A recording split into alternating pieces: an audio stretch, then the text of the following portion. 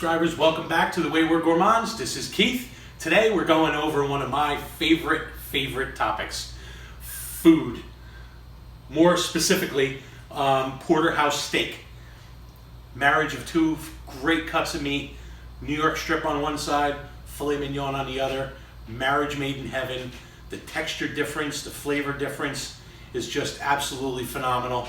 I can feel myself drooling already. You're gonna see it's not that many ingredients.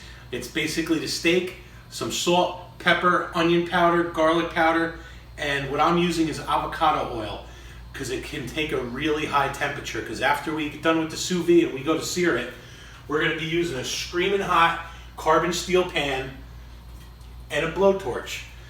The steak is gonna have a bone, there's gonna be some shrinkage of the meat, so it's not gonna lay flat on here. The blowtorch is gonna try and sear the meat that won't have contact with the pan. But I'll tell you what, I'll be back in a minute. We'll get this going, get it seasoned up, and you can see how this comes together.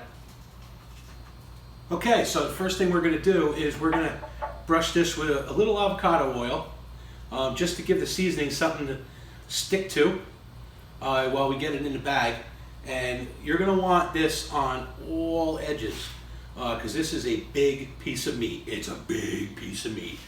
And you're gonna want to season this all the way around, both sides, on the bone, everywhere. And then once we get that going, we can start seasoning it up. Now this is a big piece of meat and it's gonna need a lot of salt. I'm using kosher salt. I like kosher salt because, in my opinion, it's tough to oversalt something with it. It doesn't have that strong salty flavor. I like the way it tastes. And again, this is like 2.5 inches thick. You're gonna want a lot of salt. And again, you want to get that all over the place. Pinch of onion powder, garlic powder.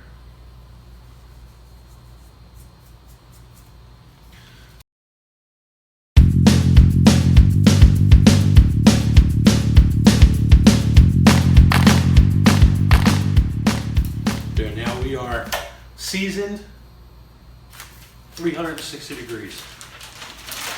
I got my bag ready. You'll notice I always like working with a glove. It's not like a Michael Jackson thing. It's just I don't have to continually wash my hands because I'm touching food, and then I, want to wipe my face or something. So we got it in the bag here. Now I can dismount the glove.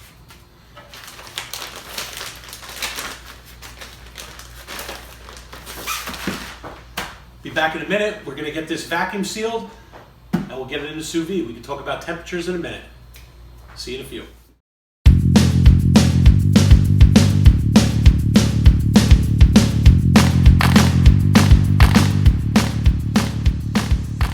Okay, welcome back. You saw we vacuum sealed this. It's not a super long cook. If it was, I would double bag this because of the bone. I wouldn't want that poking through the plastic, causing a leak. Water to get in and kind of really boil it. And you don't really want to do that. So I'm going to get this steak in here.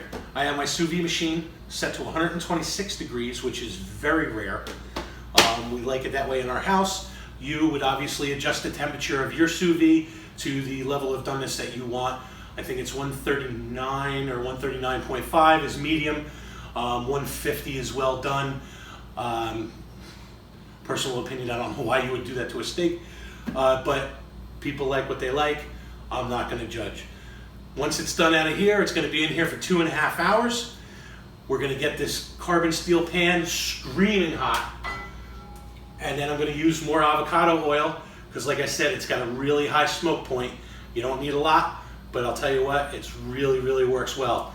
And where the steak is not going to make contact with the pan, when we flip it, the blowtorch is an amazing tool in the kitchen. This is a high heat lapsed gas blowtorch. It burns at a very high temperature and it really helps sear everything in there really good, especially where the meat's not coming in contact with the pan and you want that even crust over the whole thing. Be back in a few. This is going to take 2.5 hours. We'll reconvene at that time. I'll show you what it looks like, and then we'll get it seared, and then the taste test. See you later.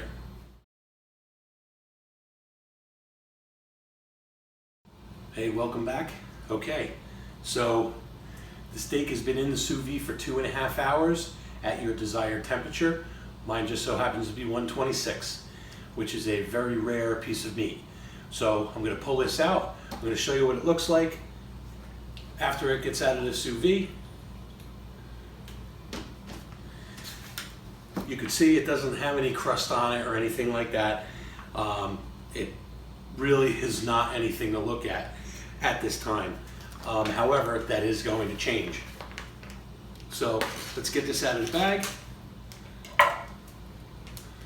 and we'll pat it dry. It's very important to pat it dry, because what happens is if it's dry, then it'll get a really nice sear on it.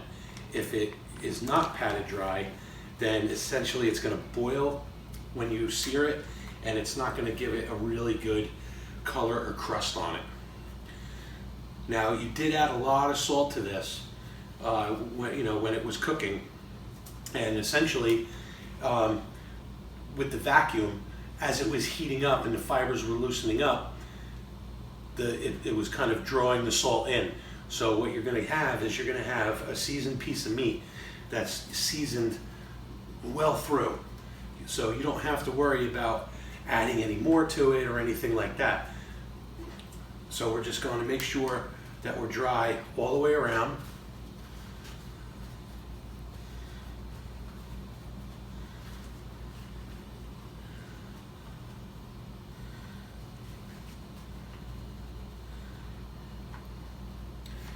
And what I'll do is I'll bring you in close so you can take a good look at it. Like I said, right now it's nothing to look at, but this will change. I promise you that. Everything looks cooked well through. You can tell that is a nice rare just by feeling it. Why don't you come in here and take a little look at this, and then what I'm going to do is I'm going to get this pan cranked up high, get the oil added to it, and we're going to get a great sear on this, which is just going to be the cherry on top of this steak. So we'll be back in a minute. Why don't you come and have a look while I get this pan nice and hot. All right, I'll see you in a minute. Okay, so I got the pan nice and screaming hot. I'm going to add a little bit of avocado oil. Again, use your oil of preference. And then we're going to get the steak in the pan and start this sear.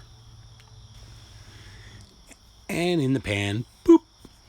Now, you're going to want to leave this steak alone. I know you're dying to touch it, but just leave it alone. Do not move it. Let it go for about a minute, minute and a half. While you're searing it on this side, this is the opportunity to use the handy dandy blowtorch. What we're going to do with the blowtorch is we're going to start searing the sides, get that fat, get the bone. While you're searing it on the flat side, this is very handy because then you don't have to awkwardly stand this 2.5-pound steak up with tongs to try and sear the edges. This does a fantastic job. Now, for obvious reasons, this is not a mandatory step. Not everybody has a blowtorch that they can use in the kitchen.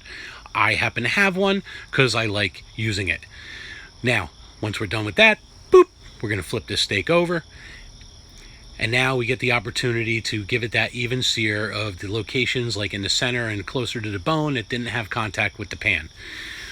Once you even out that crust, you can go around the edges, just any of the spots you missed along the edge and the bone and everything like that, just to give it that even sear, because you don't want that, kind of, it's not raw fat, but it's you want it a little crispy on the side. It just makes the fat taste that much better. And there's nothing more satisfying than the smell that's coming off of this thing while I'm searing it. Now, once we're done with that, now we're going to start basting it. Now, normally I use fresh thyme, but I didn't have any on hand, so I use dry thyme on this. So once you get the butter starting to brown, you're just going to spoon it up over the steak, let it sizzle, and this is called basting the steak. It helps a little bit with the cooking and everything, and it adds a lot more flavor with the butter and the thyme. Once you're done with that, there's the money shot. Hello, steak. and then we're going to take this off, and we're going to start carving it. We seared it. A steak this thick has its own kickstand, so I can stand it up like this. It makes it much easier to carve, and with being there is a T-bone in it, it makes it real easy to remove the bone because you kind of have a built-in guide. So I'm going to remove the ribeye side first.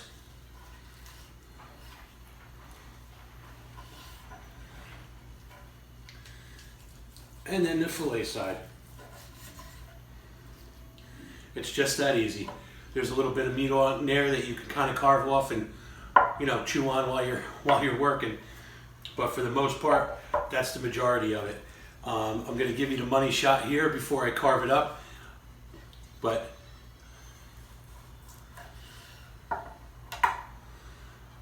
there's the ribeye side. The ribeye. I'm sorry, the New York strip side. That's my bad. And then there's the fillet side. You can see they are juicy, super tender. With the butter and the thyme in it, it just makes it very, very unctuous. When you're chewing on it, it's got a great mouthfeel. I'm going to start slicing this up, and I'm going to give it a taste test. And I can't recommend this enough. Sous vide gives you complete control over the doneness of the steak. You can see that it is the same doneness edge to edge. I mean, there's no gradation.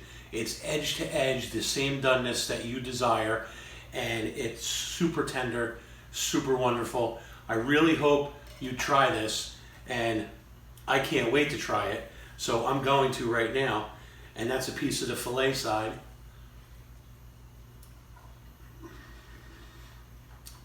It just melts. It just melts in there with the garlic and the onion that it was cooked with, and then the butter and thyme that it was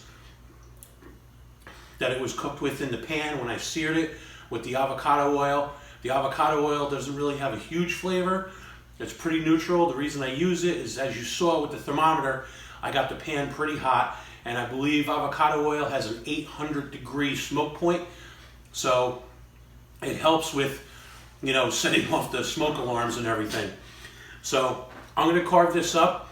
Thank you very much again for joining us on the Wayward Gourmands. I encourage you to try sous vide. They're out there. They're not super expensive anymore. They're coming down in price. I encourage it. You could do so many things with it. This is just one example, and I'm going to have many more coming. Thanks again, and I'll see you next time on the Wayward Gourmands.